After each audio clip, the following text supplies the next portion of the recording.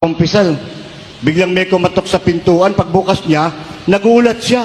Lalaki yung kumakatok, puro dugo damit, may takmaba, puro dugo. Sabi ng pare, ba't puro dugo ka?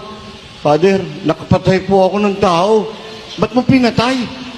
Father, nag-uusap lang naman kami, nauwi sa pagtatalo. Ayaw niya pong magpatalo, Father. Kaya pinatay ko na lang siya. Ano naman ang pinag-uusapan yung nauwi sa pagtatalo para maging dahilan para patayin mo? Pinipilit niya yung kanya, Father. Sabi niya kasi, meron daw Diyos, may Diyos daw. Sabi ko sa kanya, walang Diyos, wala.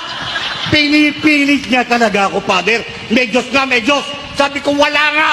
Ayaw niyang tumigil, Father. Pinatay ko na lang siya. Ikaw, Father, naniniwala ka bang may Diyos? Sabi nung pare, dati. Oh, bakit? Kung sa inyo nakatutok yung palakol, maninindigan kayo?